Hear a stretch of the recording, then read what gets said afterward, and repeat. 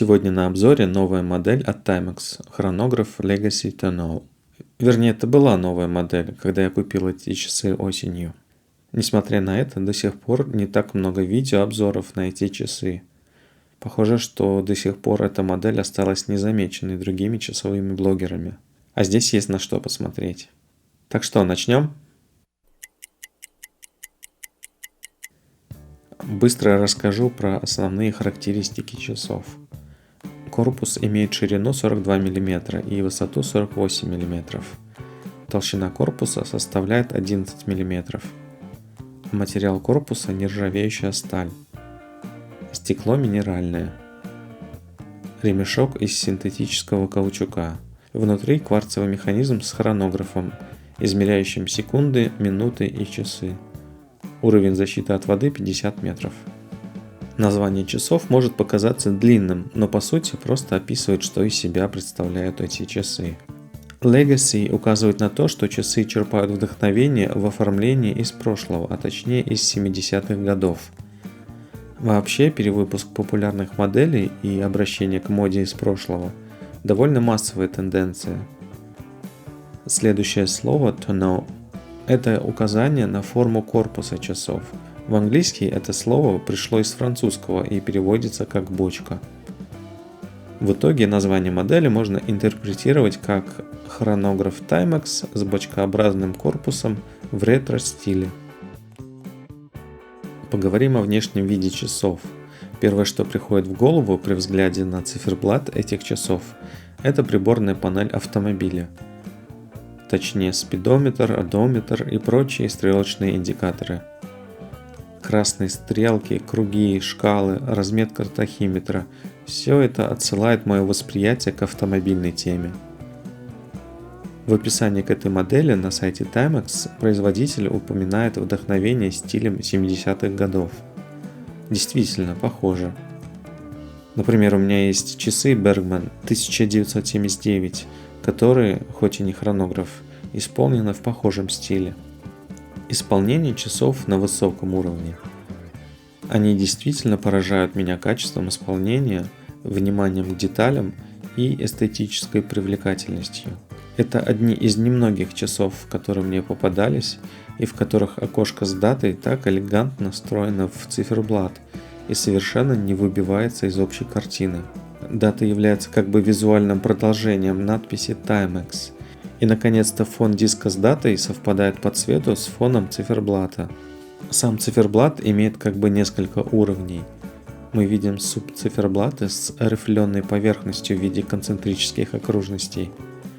Далее возвышается минутный трек по окружности с выделяющимися отметками для каждого часа.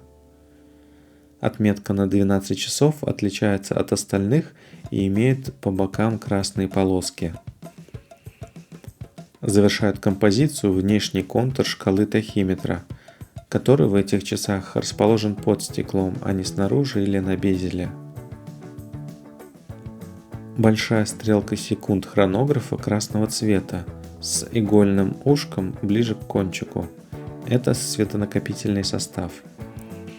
Минутная и часовая стрелки белые с черными полосами слева и справа. Маленькая секундная стрелка и стрелки хронографа тоже красного цвета. Хочется отметить отделку корпуса. Сверху корпус отшлифован специальным образом, придавая поверхности эффект солнечных лучей. По периметру корпус имеет скос или фаску, которая отполирована до зеркального блеска. Боковые грани имеют брошированную отделку и 4 углубления в виде параллельных линий. Возможно, это снова отсылка к автомобильной теме и решетке радиатора. Не знаю, насколько это практично, но смотрится интересно. Эти линии имеются также со стороны кнопок и заводной головки. Заводная головка имеет литеру Т и интересную накатку. Кнопки хронографа простые с зеркальной полировкой. Также сбоку мы видим, что ушки имеют сквозные отверстия для крепления шпильки ремешка. Ремешок мягкий, каучуковый и приятный на ощупь.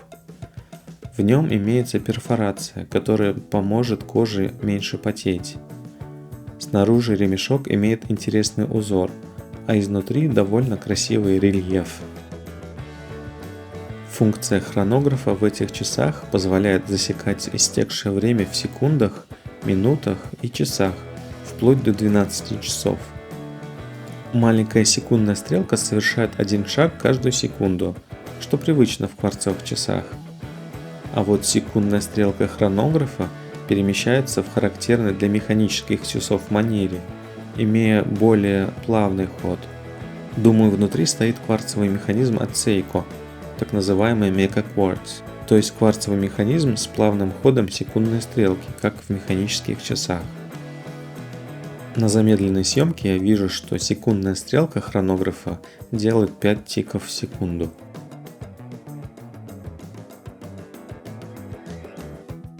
Остальные стрелки движутся плавно.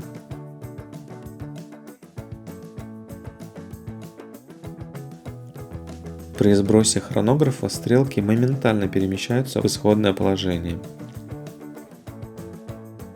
Люминесцентное покрытие имеется на метках часов, а также на часовой, минутной стрелках и секундной стрелке хронографа. Первоначальное свечение довольно яркое. К сожалению, не могу сказать, насколько его хватает, так как не делал подобных опытов.